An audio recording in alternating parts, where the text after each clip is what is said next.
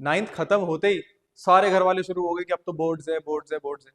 पता है, सबको पता है कि बोर्ड्स है, इवन तुम्हें भी पता है कि बोर्ड्स है। टेंशन ऑलरेडी बनी हुई है।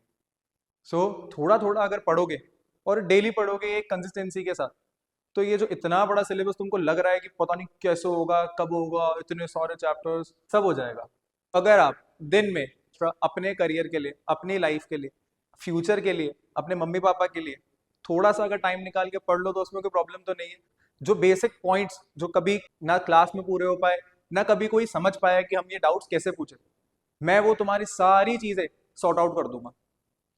इस वीडियो को एंड तक देखो, समझो, और अपनी जो भी प्रॉब्लम्स हैं, डाउट्स हैं, क्वेरीज हैं, तुम कमेंट सेक्शन में भी लिख दो।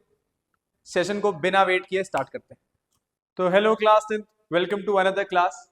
आज की क्लास में अपन शुरू करने वाले हैं मैथ्स का चैप्टर 4 क्वाड्रेटिक इक्वेशंस। जिसको नहीं आता आज से पहले क्वाड्रेटिक इक्वेशन इक्वेशन ही क्या होती है नहीं पता, उसको भी पूरा चैप्टर समझ में आ जाएगा।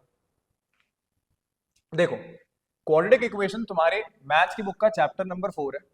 अभी क्वाड्रेटिक इक्वेशन क्या होता है, तो आज अपन को यही समझना है कि ये क्वाड्रेटिक क्या होता है और ये इक्वेशन क्या होता है। जो चैप्टर स्कूल में मैम ने 2 क्लास में खत्म करवा दिया, वो अपन 15 से 20 मिनट में जो बेसिक इंट्रोडक्शन है वो कंप्लीट कर लेंगे। इतना भी अगर सुन लिया तो भी ये चैप्टर कंप्लीट हो जाएगा।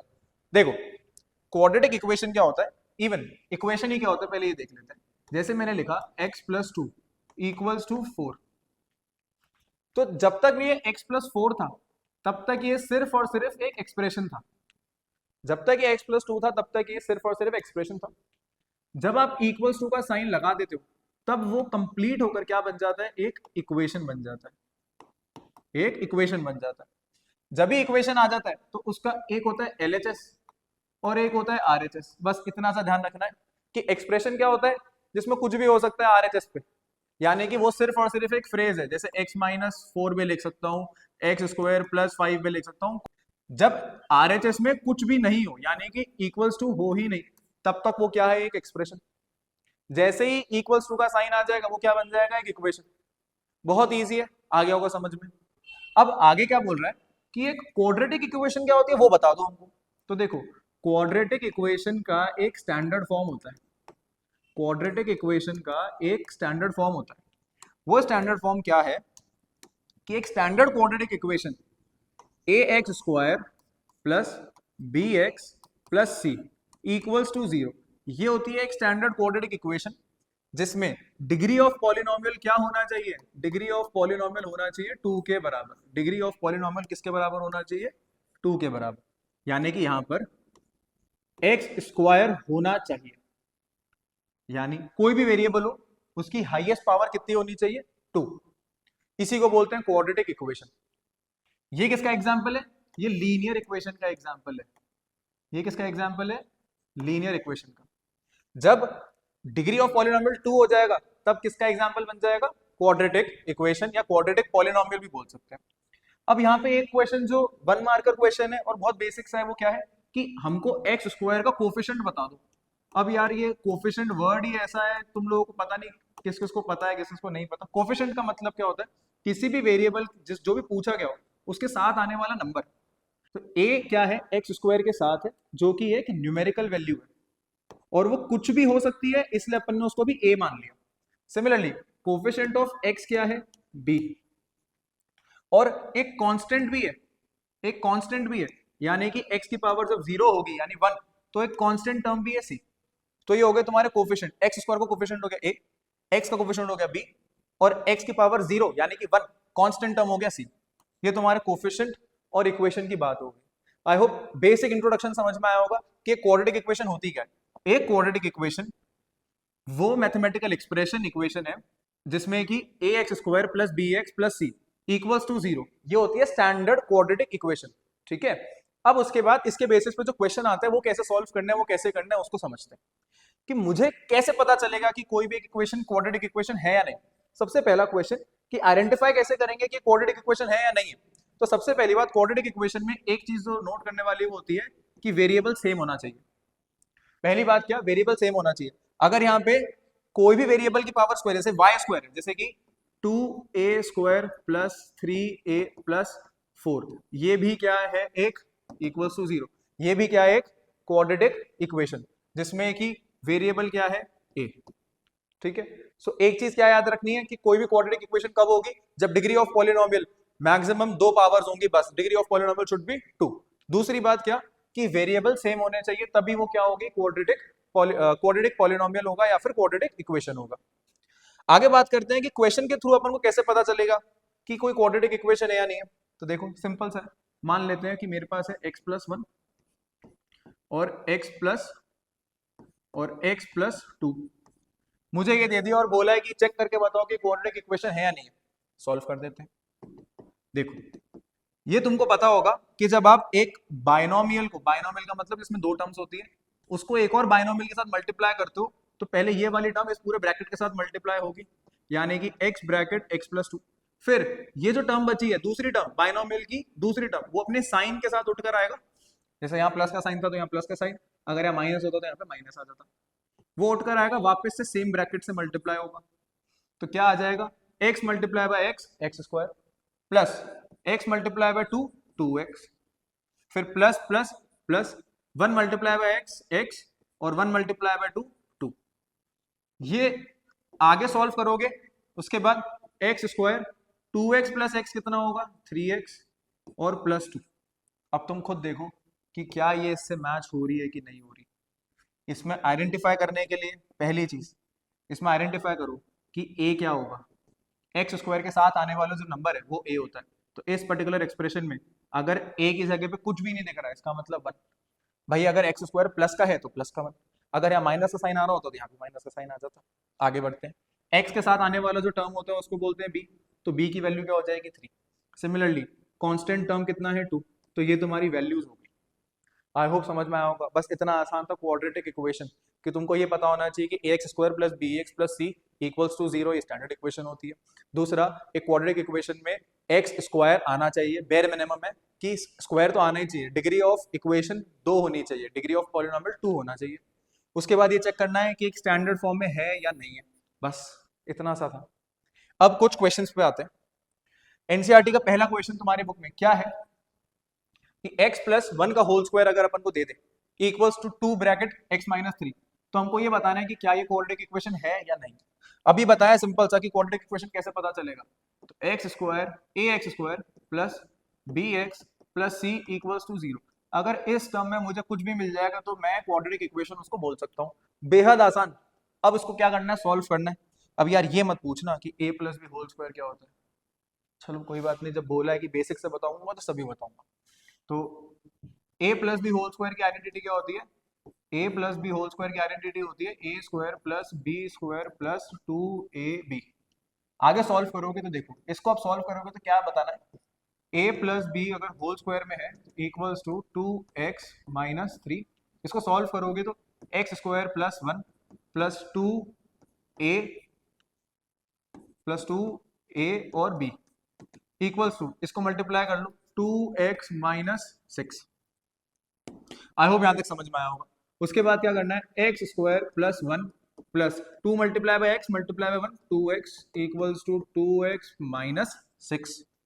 आगे सॉल्व करते हैं इसको, तो क्या आ जाएगा, यहाँ पे देखो कुछ भी प्लस नहीं हो रहा, सेम वेरिएबल्स नहीं है। अब इस सबको उठा के उधर ले जाओ, यानी कि जितना भी RHS उसको सबको LHS पे ले जाओ, उसको सबको LHS पे ले जाओ। तो क्या होगा, x² प्लस 1 प्लस 2x, ये प्लस का था इधर जाके माइनस 2x, ये माइनस का था उधर जाके प्लस 6 इक्वल्स टू 0। अब बस तुम्हें कैंसिल आउट करना है, कैंसिल आउट कर दो। ये देखो प्लस का 2x माइनस का 2x कैंसिल, ये 1 प्लस का और प्लस का 6, तो x² प्लस 7 इक्वल्स टू 0। ये इसका आंसर आ रहा है। अब तुम लोग बोलोगे कि यार भैया ये तो मैच ही नहीं हो रहा, चलो ठीक है x² वाला तो मिल गया, लेकिन इसमें x वाला तो टर्म ही नहीं, यानी कि bx तो है ही नहीं, तो क्या ये क्वाड्रेटिक पॉलिनोमियल नहीं है, क्वाड्रेटिक इक्वेशन नहीं है। देखो ध्यान से समझना, मैंने क्या बोला कि स्क्वायर वाला टर्म होना चाहिए, स्क्वायर वाला टर्म होना चाहिए, यानी कि a अगर 1 भी है, तुमको बस सिर्फ और सिर्फ ये देखना है कि ये टर्म कैसे भी करके मिल जाए, तो तुम उसको क्वाड्रेटिक बोलाना, तो तुम उसको क्वाड्रेटिक लिखाना, ठीक है। इसमें bx क्यों नहीं दिख रहा अपन को, क्योंकि bx हो सकता है कि जो b की वैल्यू हो वो किसके बराबर हो, 0 के बराबर हो। b की जो वैल्यू है वो हो सकता है 0 के बराबर हो, इसकी वजह से इस आंसर में x की वैल्यू कैंसिल आउट हो गई। समझ पाए? तो ये क्या एक क्वाड्रेटिक पॉलिनोमियल है या क्वाड्रेटिक इक्वेशन है? हाँ तो हाँ, ये क्वाड्रेटिक इक्वेशन है।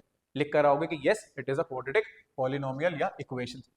पेपर में जो पूछा है, क्वेश्चन ने जो पूछा है, हाँ अपन को क्या बोलना है, यस कि ये क्वाड्रेटिक इक्वेशन है।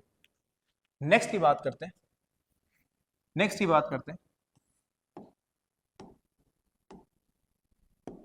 नेक्स्ट में क्या बोला है, x square minus 2x equals to, अब ये -2 मल्टीप्लाई बाय 3 माइनस एक्स, जब तुम इसको आगे सॉल्व करोगे तो x square minus 2x equals to, ये देखो माइनस का 2 मल्टीप्लाई बाय 3 तो माइनस का 6, minus minus plus 2 multiply by x 2x। अब वापस से क्या सीखा है, इक्वल्स टू के उधर ले जाओ सबको, तो क्या आएगा एक्स स्क्वायर माइनस का 2x, अब ये माइनस का 6 उधर जाके प्लस का 6, प्लस का 2x उधर ले जाके माइनस का 2x इक्वल्स टू 0। अब जो सेम टर्म्स है उनको काट दो, ये माइनस का 2x कुछ भी सेम नहीं है, कटेगा नहीं, तो आगे x square minus 2x minus का 4x प्लस का 6 इक्वल्स टू 0। अब ये भी तो क्वाड्रेटिक इक्वेशन बन गई। बस तुम्हें ये बताना है कि क्या ये क्वाड्रेटिक इक्वेशन है या नहीं, बस इतना सा बताना है। अब सोच रहे होगे कि ये तो इजी क्वेश्चन है, तो स्कूल में भी करवा दिए तो हो गए, दिक्कत तो हमारे को इक्वेशन बनाने में आती है। तो यार उसका भी जुगाड़ लेकर आया हो ना, तुम वेट तो करो, तभी तो बोला था कि सेशन को एंड तक देखना, हर चीज बताऊंगा, एक एक पॉइंट पे एक एक स्टेप पे हेल्प करूंगा, ध्यान से सुनो बस। अब पहला इक्वेशन क्या बोल रहा है वो, represent the following situation in the form of quadratic equation. अपन को सिर्फ और सिर्फ एक क्वाड्रेटिक इक्वेशन बनानी है जिसमें कि अपन ये जो क्वेश्चन जो बात बोल रहा है उसको अपन बैलेंस आउट कर सके, उसको सिर्फ अपन बैलेंस आउट कर सके। क्या बोल रहे हैं, एरिया ऑफ रेक्टेंगुलर प्लॉट, तो एक रेक्टेंगुलर प्लॉट बना लो।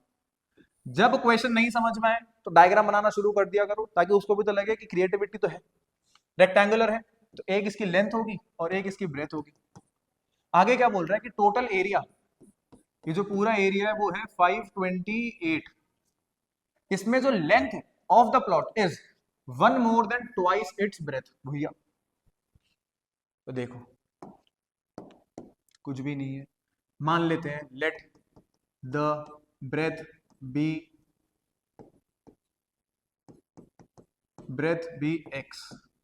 अगर मैंने ब्रेथ को x मान लिया, ठीक है, ब्रेथ को x मान लिया, तब उसके लिए क्या बोल रहा है कि the length of plot is 1 more than twice its breath. अगर ब्रेथ x है तो ब्रेथ का ट्वाइस कितना होगा, मुझे तो ये बता दो सिर्फ, 2x।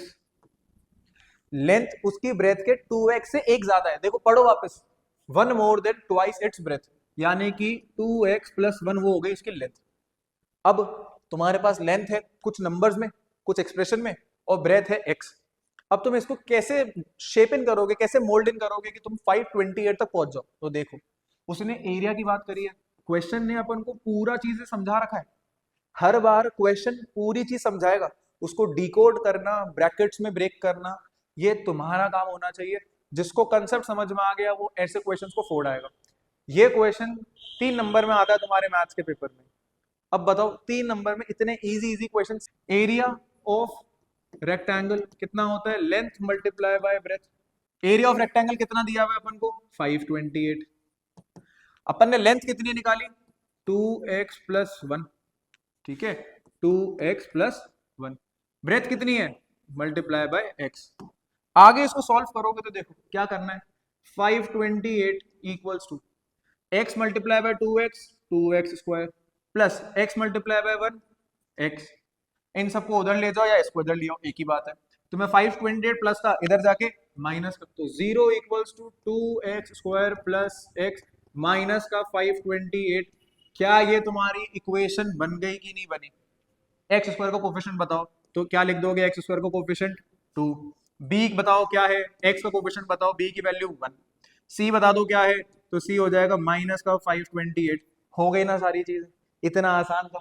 बस अगला क्वेश्चन क्या बोल रहा है, इसमें ध्यान से समझना, कुछ चीजें जो काफी बार मिस आउट हो जाती है। क्या है, product of 2 consecutive positive integers. सबसे पहली बात, प्रोडक्ट का मतलब होता है मल्टीप्लाई, 2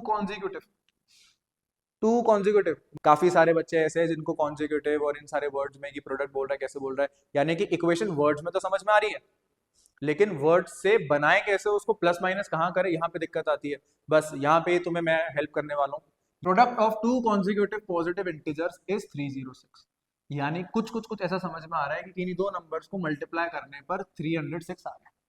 तो मैं मान लेता हूं एक नंबर ये है, एक नंबर ये है, मुझे नहीं पता क्या है, इक्वल्स टू 306। अब उसने बोला दो है तो लिख दिए। कॉन्जिक्यूटिव, कॉन्जिक्यूटिव का मतलब होता है लगातार, कॉन्जिक्यूटिव का मतलब होता है लगातार। पॉजिटिव इंटीजर्स है, लगातार दो पॉजिटिव इंटीजर्स। अब पॉजिटिव इंटीजर्स कहां से शुरू होते हैं, तो 1 2 3 4 5 ऐसे चलते रहेंगे। अब ये देखो कि मुझे नहीं पता कि कहां से कैलकुलेशन स्टार्ट करिए, तो पहला नंबर मैं मान लेता हूँ x। एक बात बताओ कि 1 से 2 पे जाने पे कितना प्लस किया मैंने, 1। सिमिलरली 2 से 3 पे जाने पे कितना प्लस किया, 1। फिर 3 से 4 पे जाने के लिए भी 1। इसका मतलब जो दूसरा नंबर है वो x में एक ज्यादा होगा। अगर पहला नंबर मैंने माना x, तो दूसरा क्या होगा, x प्लस 1, उससे एक ज्यादा होगा। बस इन्हीं दोनों नंबर्स का जो प्रोडक्ट है वो किसके बराबर है, 306 के बराबर।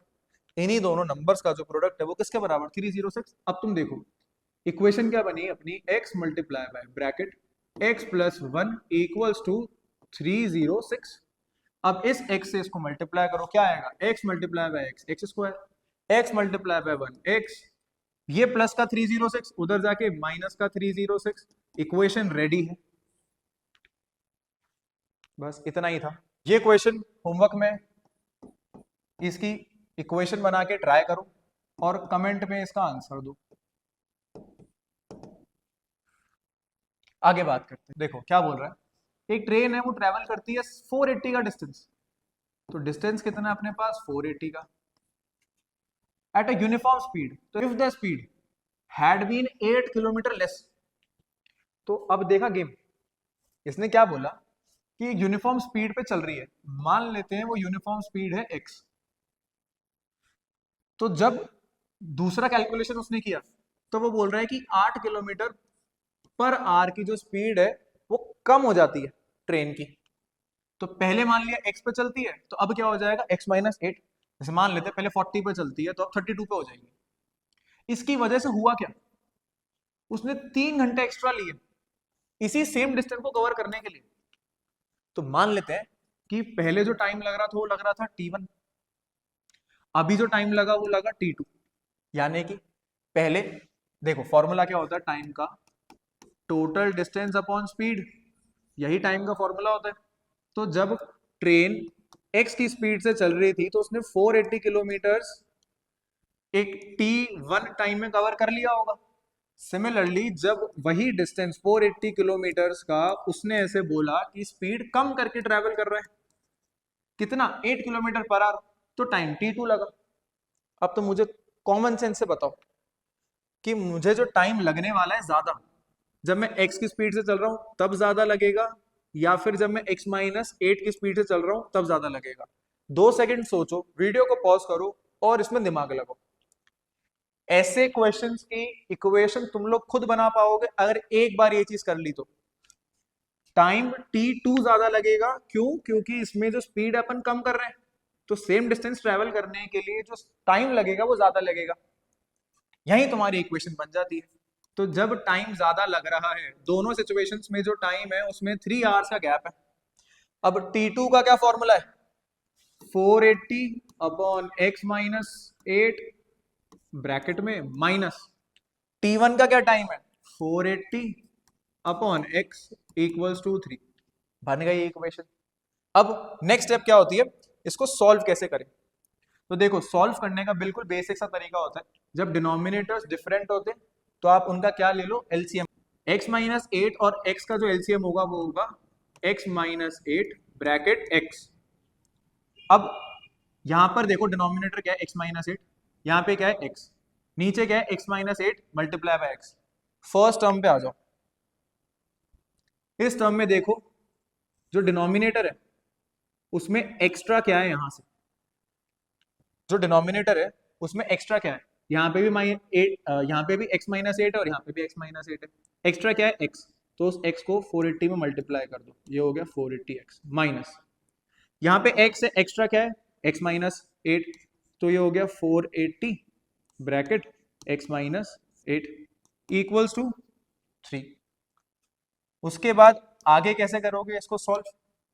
ये यहाँ डिवाइड हो रहा है, वहां पे जाके मल्टीप्लाई, तो ये हो जाएगा 480x माइनस 480 ब्रैकेट x था तो मल्टीप्लाई हो गया, minus minus plus 480 multiply by 8 कितना होता है? तो 8 जीरो जा 8, 8 8 जा 64, 6 कैरी, 8 4 जा 32 और 6 कैरी 8 आ जाएगा, 3840 इक्वल्स टू इस 3 से ये मल्टीप्लाई, यहाँ पे डिवाइड वहां पे जाके मल्टीप्लाई कर दो, आगे मल्टीप्लाई, तो 3 multiply by x multiply by x minus 8। आगे सॉल्व करोगे इक्वेशन का पूरा आंसर आ जाएगा और तुम्हारी वैल्यूज भी निकल जाएगी। अपन को सिर्फ और सिर्फ इक्वेशन बनानी थी। इसके बाद आगे कैसे सॉल्व करोगे? तो देखो 480 प्लस का 480 माइनस का कैंसिल कर दो, ये प्लस का इसको सॉल्व करोगे आगे तो 3840, 3x multiply by x x square, 3x multiply by minus का 8 माइनस का 24x। अब ये प्लस का इधर जाके माइनस तो लगा दो, 0 equals to 3x square minus 24x minus 3840 और ये तुम्हारी एक क्वाड्रेटिक इक्वेशन बन गई।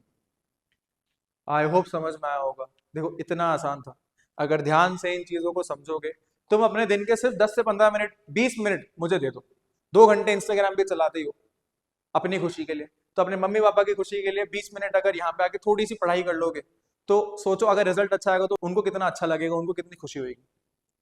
So with this introduction complete होता है। नेक्स्ट सेशन में मैं तुम लोगों को इसके एनसीईआरटी और आर.डी. शर्मा और एग्जाम्पल के कुछ बढ़िया क्वेश्चंस जो सिलेक्टेड पेपर के पर्सपेक्टिव से तो बहुत इंपॉर्टेंट है वो करवाऊंगा। टिल देन पढ़ाई करते रहो, 9 से अभी 10th में आयो, इतना डरने वाली बात नहीं है, बहुत आराम से बहुत मस्ती से और बहुत बढ़िया से कोर्स कंप्लीट करेंगे। मिलते हैं।